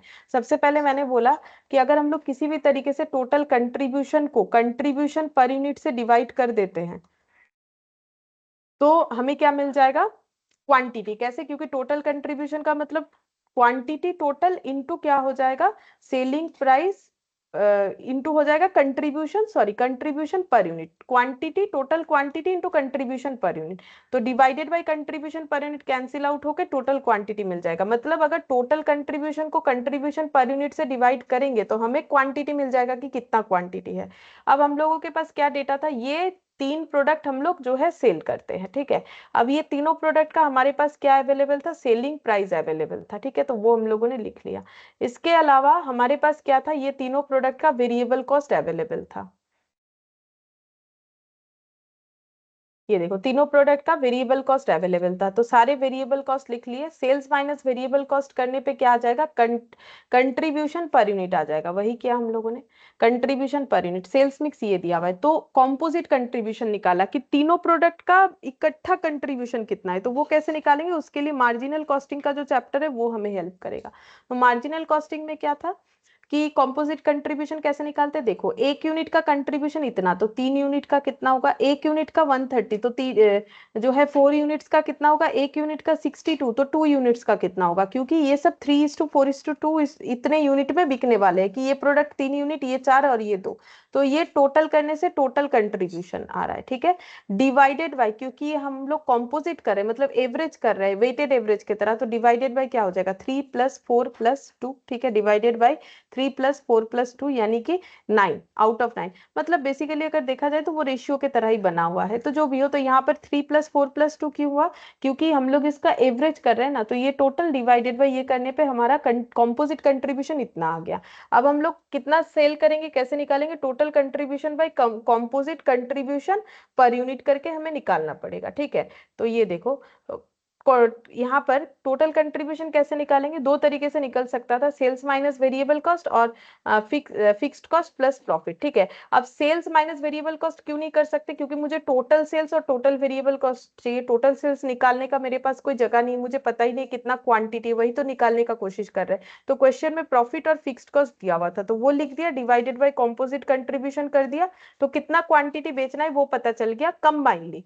तो फिर पर प्रोडक्ट कितना कितना बेचेंगे, तो उस रेशियो में डिवाइड कर दिया, फिर selling price per unit given था क्वेश्चन में, दोनों को मल्टीप्लाई किया, तो फिर हमारे पास क्या आ जाएगा, सेल्स वैल्यू आ गया कि प्रोडक्ट का हमारा सेल्स वैल्यू कितना है। ठीक है, अच्छा, अब नेक्स्ट हम लोग पॉइंट बी में जाते हैं, देखते हैं क्या पूछा है। Production budget in quantity. अब प्रोडक्शन बजट कैसे निकालोगे, अब सिंपल, जितना सेल करने का सोच रहे हैं उतना प्रोडक्शन करेंगे, अगर कुछ क्लोजिंग स्टॉक में रखने का सोच रहे हैं उतना प्रोडक्शन करेंगे, और पहले से कुछ अवेलेबल है तो उतना लेस कर देंगे। तो sales plus closing stock minus opening stock, इस तरीके से करना है। तो सेल्स तो अभी अभी हम लोगों ने इतना मेहनत करके निकाला, क्लोजिंग स्टॉक का कुछ बोला हुआ था रूल्स, ठीक है, वो यूज करेंगे तो ऑटोमेटिकली ओपनिंग स्टॉक भी हमें मिल जाएगा।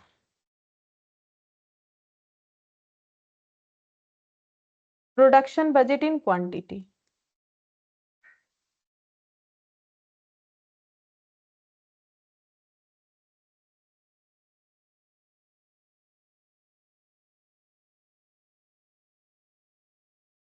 पर्टिकुलर,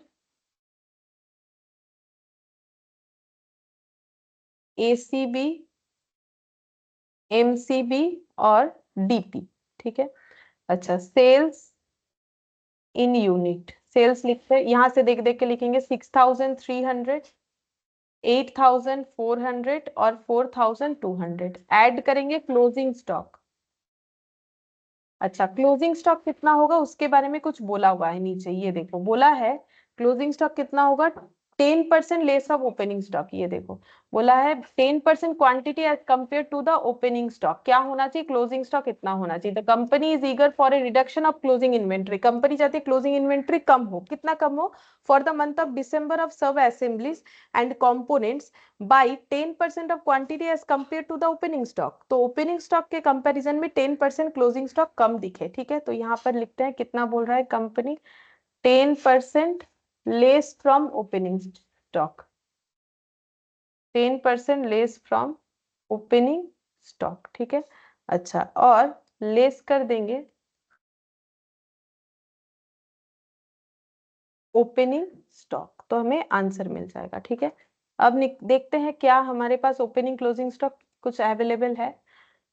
हाँ है, ये देखो अवेलेबल है, यहाँ पर दिया हुआ है एसीबी का, ये दिया हुआ है, ये क्या दिया हुआ है, ये बोला है ओपनिंग स्टॉक दिया हुआ है, तो ओपनिंग स्टॉक तो हमारे पास अवेलेबल है डायरेक्टली, 800, 1200, 2800, तो लिख लेते हैं 800, 1200, 2800। ठीक है, थोड़ा ऊपर करके लिख लेते हैं तो यहीं पर हो जाएगा, 800, 1200, 800 और 1200। तो क्लोजिंग स्टॉक कैसे निकालेंगे, सिंपल सा बात है, देखो यहाँ पर 10% लेस होना चाहिए ओपनिंग स्टॉक से, तो 800 का 10% कम कितना होगा, 80, तो 80 माइनस 800 कितना हो जाएगा, देखते हैं, 800 का 10% कम करते हैं, 80 माइनस 800, तो ये हो जाएगा 720, तो ये हो जाएगा क्लोजिंग स्टॉक। अच्छा, 1200 का 10% कम मतलब 120 कम, 1200 का 120 कम कर देते हैं,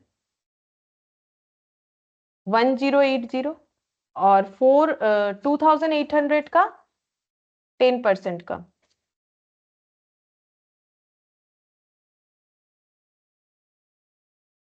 2520 ये हो गया 2520। ठीक है, अब प्रोडक्शन बजट का आंसर आ जाएगा तो 6300 प्लस 7200 720 माइनस 800 6220 ये हो गया 6220। अच्छा 8400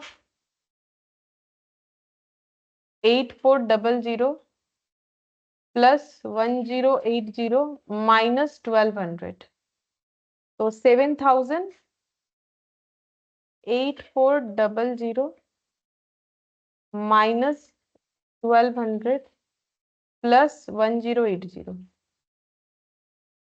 8280 होगा। और 4200 प्लस 2520 माइनस 2800 तो ये हो गया 3920। तो बन गया प्रोडक्शन बजट इन क्वांटिटी, यही पूछा था। ठीक है, इसके नीचे लिखना है प्रोडक्शन बजट, मतलब इस लाइन के अगेंस्ट में इन क्वांटिटी। क्वांटिटी में हम लोगों ने प्रोडक्शन बजट जो है ये कैलकुलेट कर लिया, ये पूछा था पॉइंट नंबर बी में। अच्छा नेक्स्ट देखते हैं सी में क्या बोला है, component usage budget in quantity. मतलब जो कंपोनेंट यूज हो रहा है, बेस बोर्ड IC08 IC12 और क्या था IC1 26 ने 23 था, तो वो जो हम लोग परचेस करने जाएंगे तो कितने क्वांटिटी में परचेस करना पड़ेगा, मतलब रॉ मटेरियल परचेस बजट ये पूछ रहा है। तो यहाँ पर लिखते हैं component usage budget in quantity. Component usage budget in quantity particulars ACB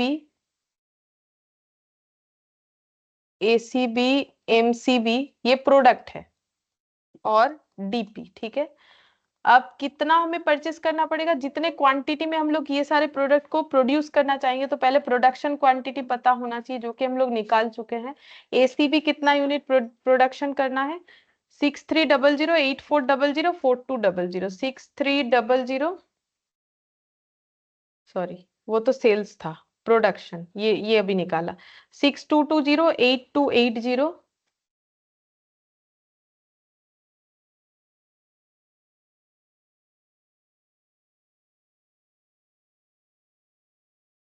8280 3920 3920।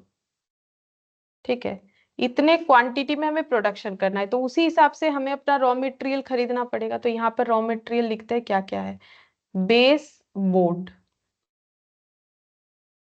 IC08 IC12 देख लेते, IC08 IC12 और IC26।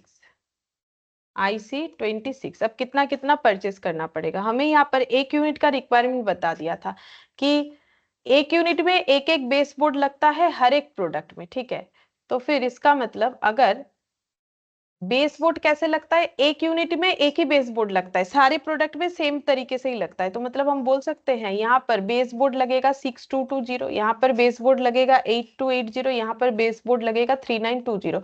क्योंकि एक के लिए अगर एक लगता है तो 6220 के लिए उतना ही लगेगा। ठीक है, तो कौन से रेशियो में लगा, अगर हम लोग इसको रेशियो बना के करें तो 1:1:1 रेशियो में ये लगना चाहिए। IC08 ठीक है, IC08 ये कैसे होगा, देखो IC08 यहाँ पर बोल रखा है 8 लगता है एक यूनिट के लिए 8 पीस, एक यूनिट के लिए 2 पीस, एक यूनिट के लिए 2 पीस। तो 8:2:2 ऐसे करके भी कर सकते हो, या फिर ऐसे कर सकते हो कि एक यूनिट के लिए अगर 8 तो 6220 के लिए कितना हो जाएगा, तो ये देखो 6220 इंटू 8 हो जाएगा। ठीक है, 6220 इंटू 8 हो जाएगा 49 760 और ये दो दो करके लगता है, एक में 2 यूनिट, तो फिर 8280 में 8280 इंटू 2 16560 और ये हो जाएगा 2 मल्टीप्लाई करने से 0247840, ठीक है, इतना हो जाएगा।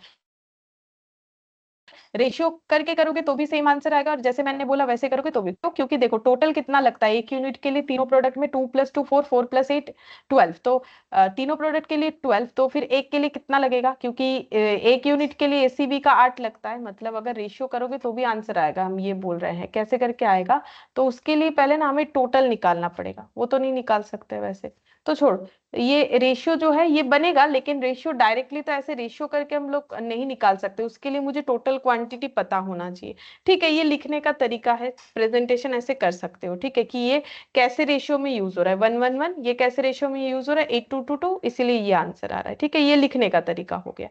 अच्छा, अब नेक्स्ट देखते हैं 4 10 4 और 2 6 8, 2 6 और 8, ठीक है, तो एक यूनिट में 4 एसीबी, एक एसीबी में 4 IC 12 लगता है, तो 6220 में कितना लगेगा, तो 6220 इंटू 4 24880। अच्छा, एक इंटीग्रेटेड सर्किट 12 जो है एक यूनिट में 10 लगता है, तो 8280 में कितना लगेगा, 82800 लगेगा, ठीक है, और एक में 4 लगता है तो 3920 में कितना लगेगा, 3920 इंटू 4, तो 0 4 2 8 36 कैरी 3 15, और IC 26 ये 2 यूनिट लगेगा, तो 6220 इंटू 2 करने से 04412, ठीक है, और 8280 इंटू 6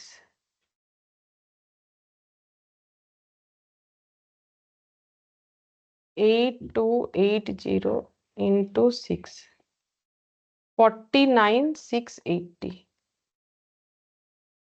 3920 इंटू 8 31360, ठीक है, तो ये हम लोगों ने ये कैलकुलेट कर लिया कि हमें कितना क्वांटिटी में रॉ मटेरियल को परचेस करना है, रॉ मटेरियल परचेस बजट, अब ये सब ऐड करना पड़ेगा, देखते हैं कितना है। ये क्या हुआ है, तो लास्ट वाला 15680 plus 7840 plus 3920 58800,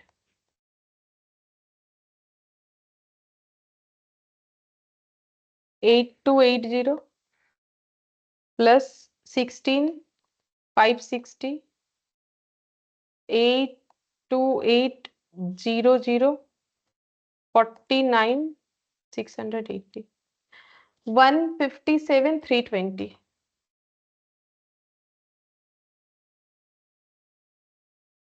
6220 plus 49760 plus 24880 plus 12440, 12440 था, शायद मैंने कुछ अलग अमाउंट ऐड कर दिया, 2440 कर दिया है, ठीक है, और 10,000 ऐड कर देते हो जाएगा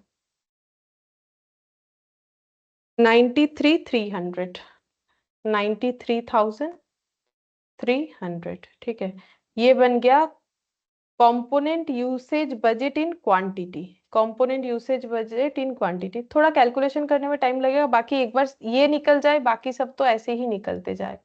फिर हो गया component purchase budget in quantity and value, ठीक है, अब यूसेज निकाला कि कितना यूज करना पड़ेगा, अब हमें निकालना है कि अच्छा इसमें ओपनिंग स्टॉक था, ठीक है, कंपोनेंट जो हम लोग का अभी हम लोगों ने यूसेज बजट निकाला ना, तो उसपे ओपनिंग स्टॉक था इसका, ठीक है, तो वो एडजस्ट करना पड़ेगा, तो ये डायरेक्टली यहाँ पर ही खत्म नहीं होता, ये हो गया। अब यहाँ से हम लोग क्या करेंगे, ओपनिंग स्टॉक को लेस कर देंगे, क्योंकि हमारे पास कुछ स्टॉक्स अवेलेबल है, तो फिर उतना हम लोग कम परचेस करेंगे। ये हम लोगों ने क्या निकाला है, यूसेज बजट, एक सेकेंड, यहाँ पर यूसेज बजट बोला है ना, अच्छा हम लोग कर रहे हैं पॉइंट नंबर सी। अच्छा, यूसेज बजट मतलब हम लोग कितना यूज करना चाहते हैं, हाँ तो ये ठीक है, इसमें और थोड़ी ना कुछ करना है। ये तो यूसेज बजट, ये ठीक है, ये थोड़ी ना लेस होगा। ये यूसेज बजट मतलब हमें कितना यूज करने का जरूरत पड़ेगा। अगर हम लोग इतने इतने क्वांटिटी में प्रोड्यूस करते हैं तो रॉ मटेरियल कितना यूज करना पड़ेगा, तो इतना इतना यूज करना पड़ेगा। ये आंसर बन गया, ठीक है। अच्छा, अब हमें पूछा है कि purchase budget, quantity and value, तो ये लिखते हैं।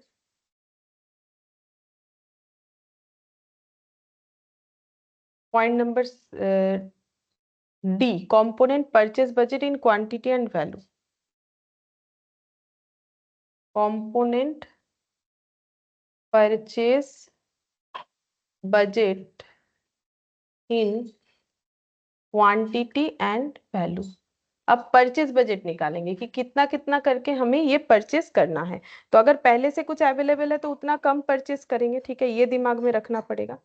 तो कंपोनेंट परचेस बजट, तो देखो क्या होगा।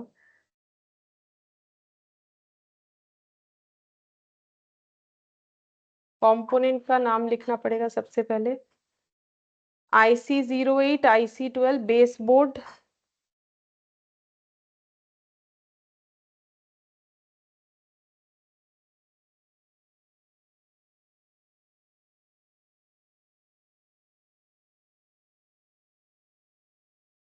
एक मिनट रुको।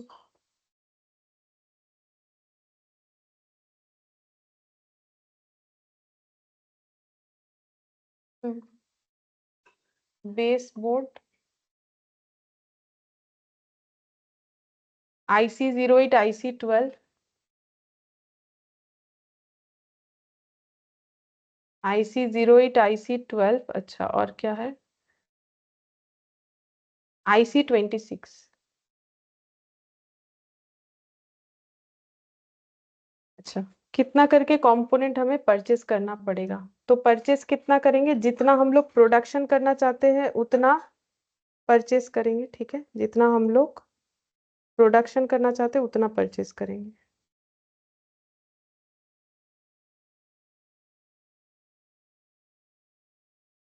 तो प्रोडक्शन कितना करना है,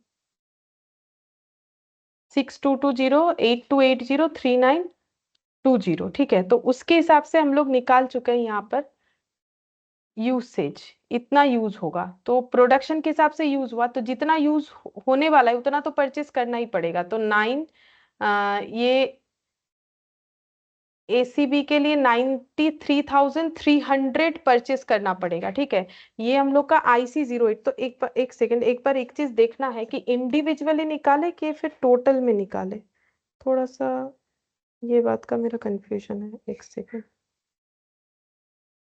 इंडिविजुअली निकाले या फिर एक साथ निकाले।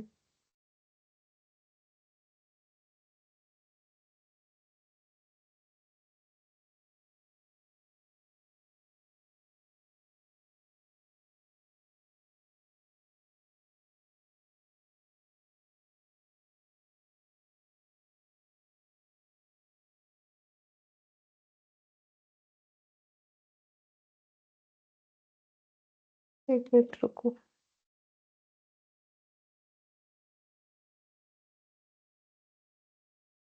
सेल्स वैल्यू ये सब ठीक आया है हमारा। ये प्रोडक्शन बजट ये आ गया, यहाँ तक तो कोई कंफ्यूजन नहीं है। अच्छा, ये बन गया 93,300। ये हम लोग का कंपोनेंट यूसेज बजट अभी हम लोगों ने निकाला, जो कि क्वांटिटी में निकाला है, ठीक है। कंपोनेंट यूसेज बजट 6220, 8280, ठीक है। अच्छा, अब कंपोनेंट परचेज बजट निकालना है। तो जितना जितना यूसेज होगा उसके हिसाब से निकालना है। तो एक्चुअली क्या करना पड़ेगा ना, मुझे यहाँ पर फिर टोटल करना पड़ेगा। देखो, ये नहीं किया, ये टोटल वाला कॉलम मुझे फिलअप करना पड़ेगा, नहीं तो हम नहीं निकाल सकते। कैसे, देखो, क्योंकि यहाँ पर एक टोटल करके दिखाते हैं जितना हो पाता है, ठीक है। थोड़ा टाइम तो लगेगा, नहीं तो बाकी नेक्स्ट क्लास में करेंगे। 6220 प्लस 8280 प्लस 3920, तो ये टोटल कितना आ रहा है, 18,420। ये किस चीज का टोटल आ गया कि बेस बोर्ड टोटल कितना खरीदना है, ठीक है। तो अब जब हम लोग ये वाला पॉइंट में जाएंगे, ये जो बोला है कंपोनेंट परचेज बजट, ठीक है, तो हमें ये कंपोनेंट कितना कितना खरीदना है, तो जितना यूज में आएगा, यूसेज इन प्रोडक्शन, प्रोडक्शन के काम में जितना यूज होगा, तो जैसे बेस बोर्ड टोटल 18420 यूज होगा, तो इतना तो परचेज करना ही पड़ेगा। तो ये टोटल कॉलम नहीं करेंगे तो नहीं निकाल सकते, वही हम सोच रहे थे कि टोटल में करेंगे, इंडिविजुअली तो नहीं कर पाएंगे, टोटल में ही करना पड़ेगा। 49760, ठीक है, प्लस 16560 प्लस 7840, तो टोटल हो गया 74,160। इसका मतलब क्या हो गया कि IC08 टोटल 74,160 खरीदना पड़ेगा, ठीक है। तो यहाँ पर 74,160 हो जाएगा, परचेज इतना करना पड़ेगा जितना यूज में आएगा। अब ये IC12 कितना यूज होगा, IC12 यूज हो जाएगा 24,880 प्लस 82,800 प्लस 15680, टोटल इतना यूज होगा, मतलब 1,23,360, 1,23,360। तो अगर इतना यूज होगा तो इतना हमें जरूर परचेस करना पड़ेगा, ये वाला आइटम 1,23,360। अब IC26 का देखो, 12,440 प्लस 49,680 प्लस 31,360, तो टोटल हो गया 93,480। टोटल इतना यूज में आने वाला है, तो 93,480 तो हमें परचेस करना ही पड़ेगा, ठीक है, ये हो गया। अच्छा, अगर हमारे पास पहले से कुछ है ओपनिंग स्टॉक में, तो उतना कम परचेस करेंगे, और जो क्लोजिंग स्टॉक में है अगर कुछ रखना है तो उतना ज्यादा परचेस करेंगे। तो यहाँ पर लिखेंगे क्लोजिंग स्टॉक, ठीक है। क्लोजिंग स्टॉक कितना है, opening stock, opening stock less 10%, ऐसे कुछ बोला था। क्लोजिंग स्टॉक है ओपनिंग स्टॉक से 10% कम, ठीक है। और ओपनिंग स्टॉक जो है वो लेस हो जाएगा, ठीक है। तो ओपनिंग स्टॉक देखते हैं, कंपोनेंट का ओपनिंग स्टॉक कितना था, यहाँ दिया हुआ है क्वेश्चन में। कंपोनेंट का ओपनिंग स्टॉक 1600, 1200, 6000, 4000। तो यहाँ पर लिखेंगे 1600, 1200, ठीक है, 1600, 1200, 6000 और 4000, ठीक है। अब क्लोजिंग स्टॉक 10% कम हो जाएगा। अच्छा, तो फिर क्लोजिंग स्टॉक कम करते हैं, 1600 का 10% कम, यानी 1600 माइनस 160, 1440। 1200 का 120 कम होने से हो जाता है 1080। 6000 का 600 कम हो जाएगा 5400। 4000 से 400 कम, यानी 3600 हो जाएगा। अब इसको कैलकुलेट करेंगे तो क्वांटिटी में आ जाएगा, परचेज क्वांटिटी में आ जाएगा, ठीक है। तो देखते हैं कितना हो जाएगा। 1440 माइनस 1600 प्लस 18420, तो ये आ गया 18260।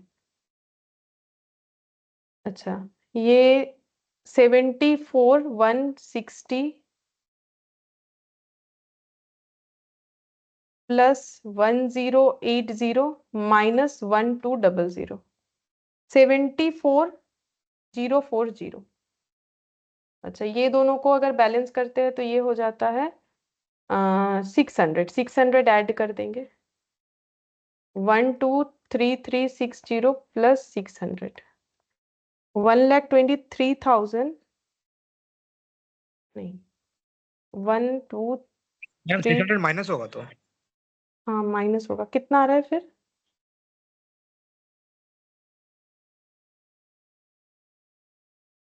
One lakh ma'am 22 122,760 760 122,760। अच्छा, उसके बाद वाला 9380 9380, ये हो गया क्वांटिटी। अब यहाँ पर लिख देते हैं परचेज प्राइस, ठीक है, ये गिवन है परचेज प्राइस सभी का, ये देखो था ना यहाँ पर 60, ये रहा 60, 20, 12 और 8। 60 मल्टीप्लाई करो 20, 12 और 8, ठीक है, एक एक करके मल्टीप्लाई करो, कितना हो जाएगा, फिर यहाँ पर आ जाएगा परचेज वैल्यू। इतना क्वांटिटी परचेस करना और इतना करके है, तो मल्टीप्लाई करने से ही आ जाएगा 18 टू 60 इंटू 60,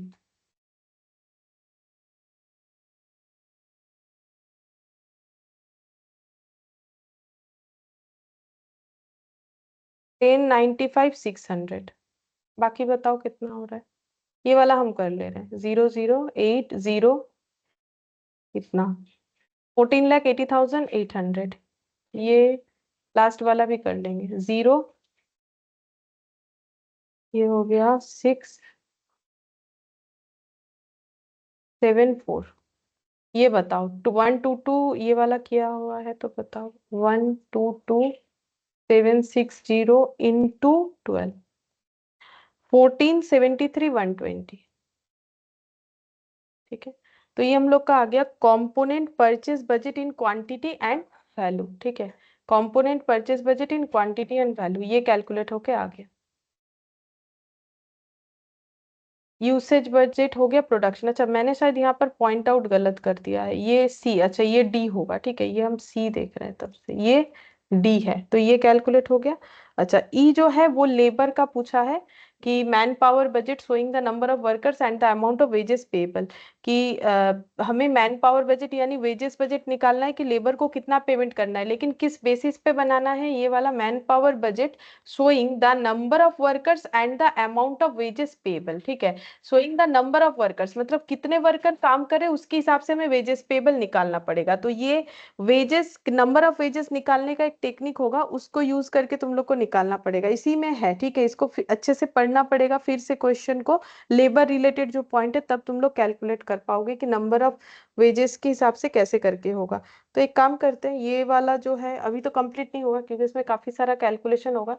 ये लास्ट वाला पॉइंट हम होमवर्क दे देते हैं। ठीक है, और बाकी जो क्वेश्चन है वो हम लोग नेक्स्ट क्लास में करेंगे। ठीक है, आज फिर इतना ही करते हैं। Thank you ma'am. ठीक है, बाय।